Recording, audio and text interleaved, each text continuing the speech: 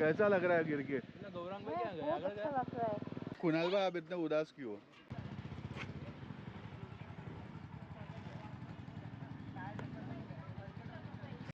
Hi guys, मैं हूं वीरल और आप देख रहे हैं वायरल ट्रैवल डायरीज। तो ये नज़ारा है the meeting point of the first official ride of laid back bikers, Tarsali bypass bridge के नीचे, जहां से हमने राइड स्टार्ट की थी और हमारा डेस्टिनेशन था दिवेरनी मढ़ी। ओह, सो टाइटल में कुछ और लिखा है और मैं कुछ और बोल रहा हूँ। कंफ्यूज हो गया ना? कोई बात नहीं, आप वीडियो को एंड तक देखना, कंफ्यूजन दूर हो जाएगा।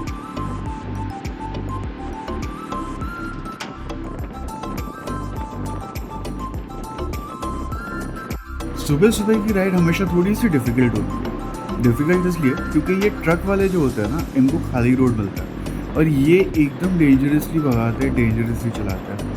तो एज अ बाइकर हमें बड़ा सेफ रहना पड़ता है। और मैं कुछ नए लोगों को भी लेके जा रहा था जो उनका ये पहला एक्सपीरियंस था राइडिंग का, तो I had to be more careful.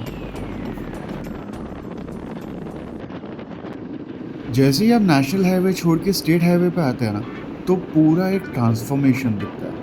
कहाँ वो भीड़ भाड़, पोल्यूशन, पी पा और कहाँ ये एकदम शांत, एकदम पीसफुल, एक गांव का रास्ता। थोड़े खड्डे वगैरह ज़्यादा होते हैं बट वो चलता है। एक तरफ पेड़ होता है तो एक तरफ खेत होते हैं। ना कोई भीड़ भाड़, ना कोई चिल्लम चिल्ली, ना कोई रेस, बस मैं और मेरे ख्याल।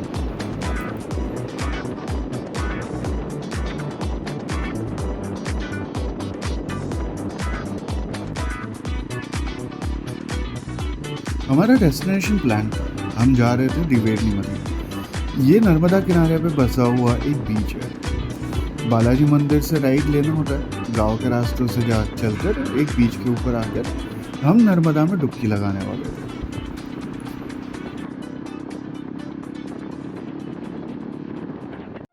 कैसा लग रहा है गिर के? गौरांग भाई क्या गया? बहुत अच्छा लग रहा है। जैसे ही हमने राइट लिया तो जो गांव का रास्ता हुआ करता था वो अब एग्जिस्ट ही नहीं करता। ये रास्ते को ऐसा कर दिया। राइट लेते ही मौली भी अपने बाइक से गिर गई, तो हम सब एक बार के लिए रुक गए। जब तक हम वेट करते, पीनल और परेशान नीचे जाकर ये देख के आए कि बाइक जा सकती है या नहीं। उनको गांव वाले मिले तो उन्होंने कहा अनफॉर्चुनेटली कुछ दिन पहले 5 यंगस्टर्स यहाँ पे ड्राउन हो गए थे। तब से पुलिस और गवर्नमेंट ने यहाँ पे विजिटर्स का आना बैन कर दिया है। तो एक बार तो हमने सोचा कि यू टर्न मार के बाहर निकल जाते हैं। मेन रोड पे खड़े रह के सोचते आगे करना क्या है।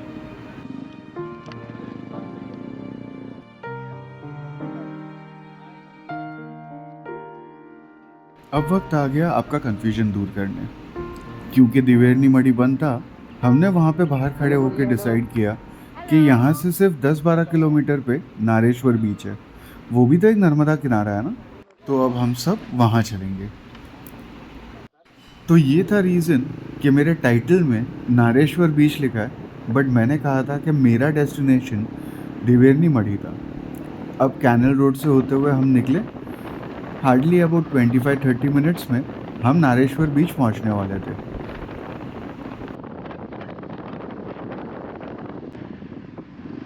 एक बहुत ही ब्यूटीफुल रोड से होते हुए जो एकदम गांव से निकल रहा है, हम अबाउट 25-30 मिनट्स में पहुंच गए नारेश्वर बीच।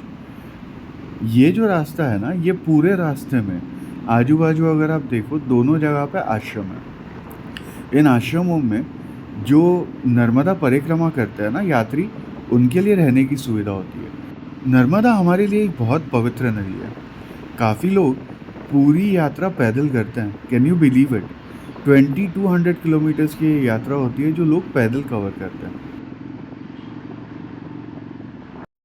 ये लो दोस्तों, बात करते करते हम पहुंच भी गए। ये है नारेश्वर बीच, नर्मदा नदी के किनारे पे बसा हुआ एक ब्यूटीफुल फैमिली डेस्टिनेशन।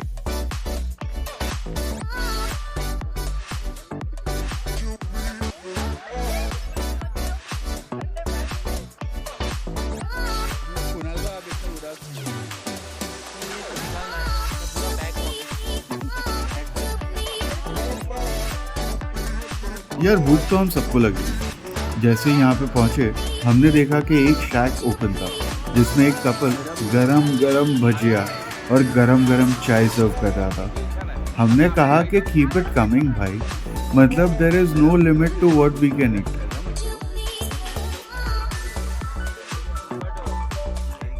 तो ये सब खाने के बाद हम सब फैल के बैठ गए, थोड़ी देर चिल किया, आराम किया, बातें की और उसके बाद कुछ लोगों को लगा कि भैया हम तो यहाँ नर्मदा में नहाने आए हैं, तो हम यहाँ बैठ के क्या कर रहे हैं।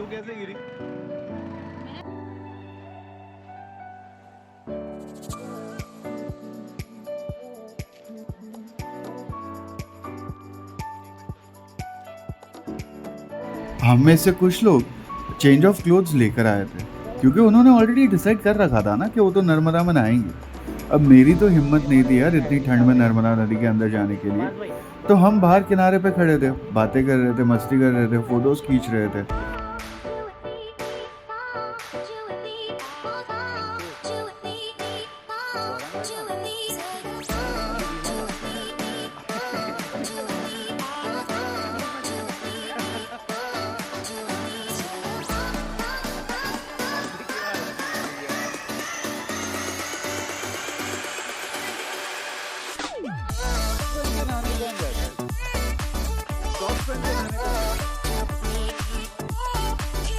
इतनी सारी मस्ती करने के बाद जितने भी नर्मदा नदी में गए थे वो बाहर आए, चेंज किया, ड्राई अप हुए और ड्राई होते होते हमारी नेक्स्ट राइड के बारे में बात चालू हुई।